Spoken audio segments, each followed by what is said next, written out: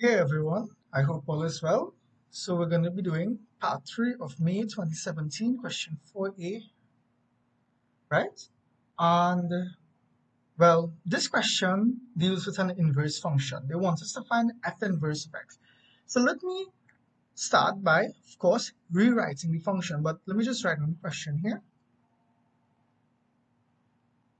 They want us to find f inverse of x, and we know f of x is equal to a third x minus 2. Right?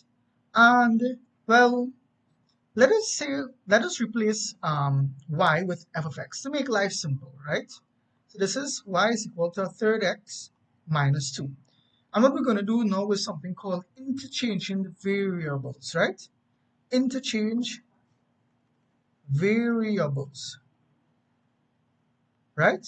So what this means exactly is that we're going to have y replacing x and x replacing y.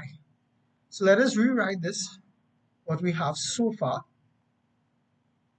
and let us follow this rule here into our new function. So this will be x is equal to a third y minus 2. For those who got a bit lost, what we did is we interchanged the variables, and this is the rules we follow. We change x to y and y to x. X to y, sorry, in this case, we change y to x, and x, we change it to y.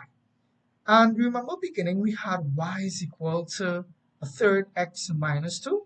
So, what we're going to do now is that we're going to want solve for the y. And in solving for the y, what will happen is that we will find, in this case, the inverse function, right, from the original question. So let me rewrite what we have over here. It's always important to know what you're working with, right? So what we're going to do is that we're going to solve for the y. First, we're going to move over the minus 2, and it will become plus 2 here, right? So this would imply x plus 2 is equal to a third y, right? So what we're going to do now is that we have to split this area over here. And the way we're going to do that is that since we have to first understand the relationship between the third and the y.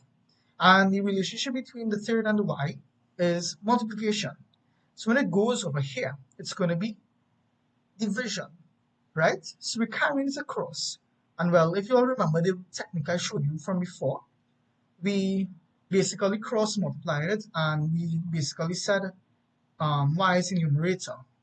So we're carrying this across there, carrying that across there. So we have, this will be implying 3 into the x plus 2 is equal to y. And there you go.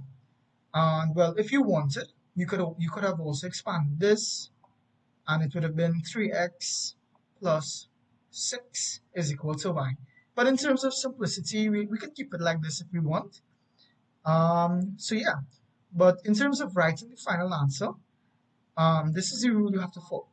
You have to write f inverse of x is equal to 3 into x plus 2. There you go. That's it. Just solved an inverse function. And for those who were wondering why I didn't expand this once again, in terms of simplicity, I just wanted to keep the 3 out of the bracket, because if we simplified it, it would have come out like this anyways. But if you expanded it or kept it like how I had it in the answer, it will still be correct. It's the same thing. All right? That's it. This was May 2017, question 4a, part 3.